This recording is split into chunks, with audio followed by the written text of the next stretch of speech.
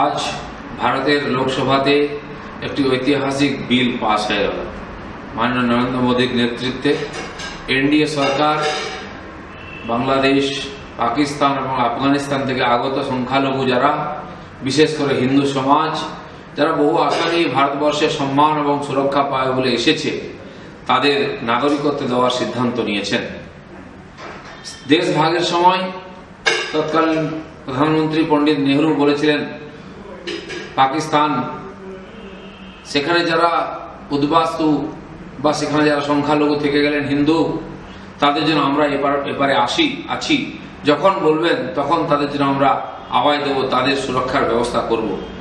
কিন্তু দেশ স্বাধীন হওয়ার পর থেকে তার পার্টি কংগ্রেস কোনোদিন ওপার বাংলা বা পাকিস্তান থেকে আগত শরণার্থীদের নাগরিকত্বের কথা বলেনি, তাদের সুরক্ষার কথা বলেনি, তারা যেন অত্যাচারিত হয়েছে তাদের জন্য একটা আওয়াজ তোলেনি। নরেন্দ্র মোদী 14 সালে বলেছিলেন, ভারতবর্ষের মধ্যে বিশ্বের যে কোনো জায়গা থেকে হিন্দু যদি আসে সেখানকার নাগরিকত্ব পাবে, সুরক্ষা পাবে। তিনি তার কথা রেখেছেন। কিন্তু দেশ ভাগের জন্য যে তিনটি পার্টি দায়ী, যাদের জন্য আজকে পাকিস্তানে, আফগানিস্তান এবং বাংলাদেশে হিন্দুদের উদ্বাস্তু হতে হয়েছে, যাদের জন্য বাংলাদেশের বাঙালি হিন্দুকে উদ্বাস্তু হয়ে অত্যাচারিত হতে হয়েছে এবং উদ্বাস্তু হয়ে বাংলায় আসতে হয়েছে, সেই সিপিএম, কংগ্রেস এবং টিএমসি আজকে এই বিলের সমর্থন তো করেইনি, বরঞ্চ ওয়াকআউট করেছে। আমাদের মুখ্যমন্ত্রী মমতা ব্যানার্জি বলেন তিনি নাকি বাঙালিদের জন্য লড়ছেন, বাঙালির প্রতি তার খুব প্রীতি এবং তার জন্য খুব চিন্তা। তাই আসামে যখন 5জন বাঙালি মারা যান তখন তিনি চিৎকার চেঁচামেচি করেন, চোখে জল আসে।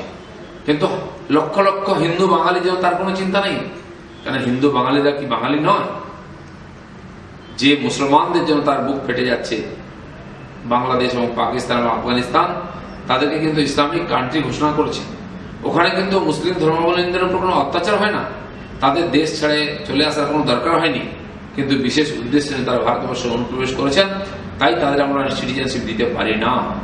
আর যে হিন্দুরা অত্যাচারিত, উৎপীড়িত হয়েছেন, ভারতবর্ষে ছাড়া আসার বা যাওয়ার কোনো জায়গা নেই।